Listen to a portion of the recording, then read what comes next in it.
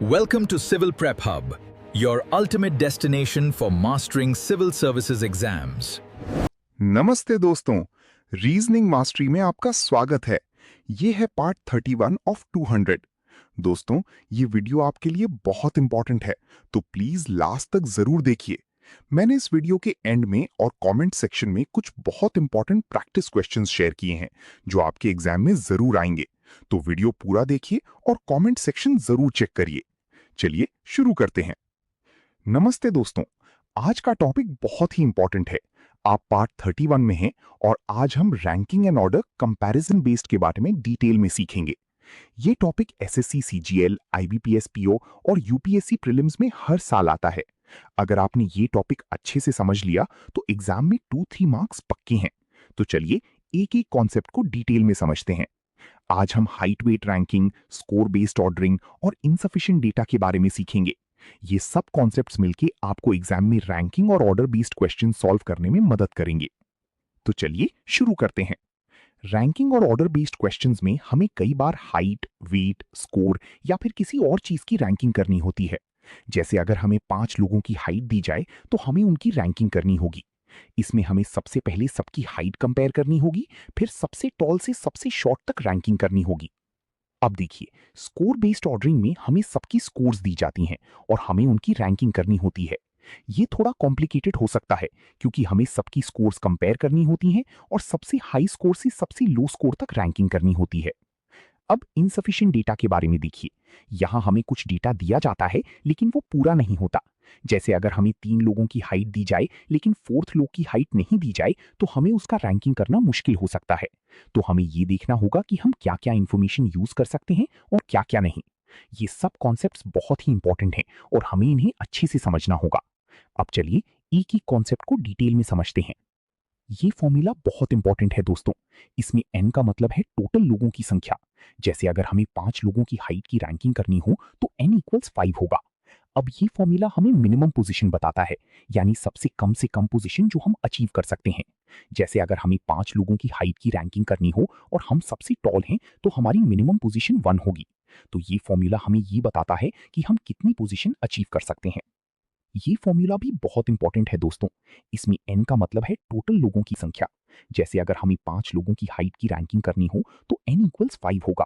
अब ये फॉर्मूला हमें मैक्सिमम पोजीशन बताता है, यानी सबसे ज्यादा पोजीशन जो हम अचीव कर सकते हैं। जैसे अगर हमें 5 लोगों की हाइट की रैंकिंग करनी हो और हम सबसे शॉर्ट हैं तो हमारी मैक्सिमम पोजीशन 5 होगी। तो ये फॉर्मूला हमें ये बताता है कि हम कितनी पोजीशन अचीव कर सकते हैं। ये फॉर्मूला बहुत ही इंपॉर्टेंट है दोस्तों। इसमें n का मतलब है टोटल लोगों की संख्या। जैसे अगर हमें 5 लोगों की हाइट की रैंकिंग करनी हो तो n इक्वल्स 5 होगा। अब ये फॉर्मूला हमें रैंक बताता है, यानी हम कितनी पोजीशन पर हैं। जैसे अगर हमें 5 लोगों की हाइट की रैंकिंग करनी हो और हम सबसे टॉल हैं तो हमारी रैंक 1 होगी। तो ये फॉर्मूला हमें ये बताता है कि हम कितनी पोजीशन पर हैं। 5 लोगों की हाइट की रैंकिंग करनी हो और उनकी हाइट 165, 170, 175, 180, 185 सेंटीमीटर है, तो सबसे टॉल लोग की रैंकिंग क्या होगी। स्टेप 1, सबसे पहले हमें हाइट की रैंकिंग करनी होगी। इसमें हमें सबकी हाइट कंपेयर करनी होगी और सबसे टॉल से सबसे शॉर्ट तक रैंकिंग करनी होगी। स्टेप 2, अब हमें रैंकिंग करनी होगी। सबसे टॉल लोग की हाइट 185 सेंटीमीटर है, तो उनकी रैंकिंग 1 होगी। स्टेप 3, अब हमें मिनिमम पोजीशन का फॉर्मूला यूज करते हैं। इसमें n इक्वल्स 5 होगा और हमें मिनिमम पोजीशन निकालनी होगी। स्टेप 4, अब हमें फॉर्मूला में वैल्यूज पुट करते हैं। Minimum position equals 5 plus 5 minus 1/2 equals 3। Step 5, तो सबसे टॉल लोग की रैंकिंग 1 होगी और मिनिमम पोजीशन 3 होगी। स्टेप 6, फाइनल आंसर वेरीफाई करते हैं। तो सबसे टॉल लोग की रैंकिंग 1 होगी और मिनिमम पोजीशन 3 होगी। 1, ये क्वेश्चन बहुत ही सिंपल है दोस्तों। हमें बस हाइट की रैंकिंग करनी होगी और सबसे टॉल लोग की रैंकिंग निकालनी होगी। अब हमें मिनिमम पोजीशन का फॉर्मूला यूज करते हैं और हमें यह बताता है कि हम कितनी पोजीशन अचीव कर सकते हैं।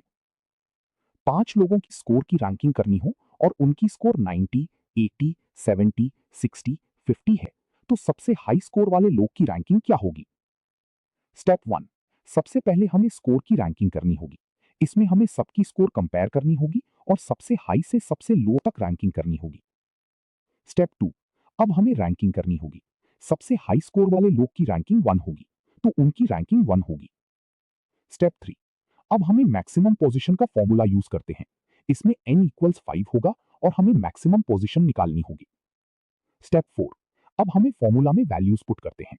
Maximum position equals 5 minus 5 minus 1/2 equals 3।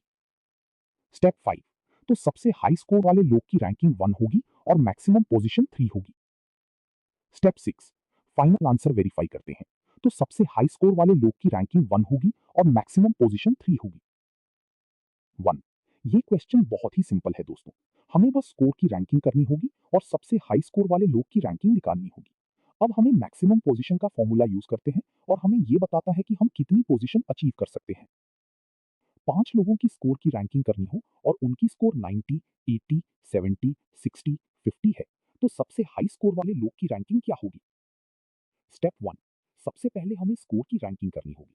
इसमें हमें सबकी स्कोर कंपेयर करनी होगी और सबसे हाई से सबसे लो तक रैंकिंग करनी होगी।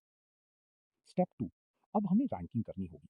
सबसे हाई स्कोर वाले लोग की रैंकिंग 1 होगी, तो उनकी रैंकिंग 1 होगी। स्टेप 3, अब हमें मैक्सिमम पोजीशन का फॉर्मूला यूज करते हैं। इसमें n इक्वल्स 5 होगा और हमें मैक्सिमम पोजीशन निकालनी होगी। स्टेप 4, अब हमें फॉर्मूला में वैल्यूज पुट करते हैं।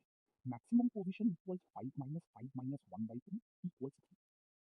स्टेप 5, तो सबसे हाई स्कोर वाले लोग की रैंकिंग 1 होगी और मैक्सिमम पोजीशन 3 होगी। स्टेप 6, फाइनल आंसर वेरीफाई करते हैं। तो सबसे हाई स्कोर वाले लोग की रैंकिंग 1 होगी और मैक्सिमम पोजीशन 3 होगी। 1, ये क्वेश्चन बहुत ही सिंपल है दोस्तों। हमें बस स्कोर की रैंकिंग करनी होगी और सबसे हाई स्कोर वाले लोग की रैंकिंग निकालनी होगी। अब हम मैक्सिमम पोजीशन का फॉर्मूला यूज करते हैं और हमें ये बताता है कि हम कितनी पोजीशन अचीव कर सकते हैं। इसमें हमें सबकी हाइट कंपेयर करनी होगी और सबसे टॉल से सबसे शॉर्ट तक रैंकिंग करनी होगी। स्टेप 2, अब हमें रैंकिंग करनी होगी। सबसे टॉल लोग की हाइट 185 सेंटीमीटर है, तो उनकी रैंकिंग 1 होगी। स्टेप 3, अब हमें मिनिमम पोजीशन का फॉर्मूला यूज करते हैं। इसमें n इक्वल्स 5 होगा और हमें मिनिमम पोजीशन निकालनी होगी। स्टेप 4, अब हमें फॉर्मूला में वैल्यूज पुट करते हैं। Minimum position equals 5 plus 5 minus 1/2 equals 3। Step 5, तो सबसे टॉल लोग की रैंकिंग 1 होगी और मिनिमम पोजीशन 3 होगी। स्टेप 6, फाइनल आंसर वेरीफाई करते हैं। तो सबसे टॉल लोग की रैंकिंग 1 होगी और मिनिमम पोजीशन 3 होगी। 1, ये क्वेश्चन बहुत ही सिंपल है दोस्तों। हमें बस हाइट की रैंकिंग करनी होगी और सबसे टॉल लोग की रैंकिंग निकालनी होगी। अब हमें मिनिमम पोजीशन का फॉर्मूला यूज करते हैं और हमें यह बताता है कि हम कितनी पोजीशन अचीव कर सकते हैं।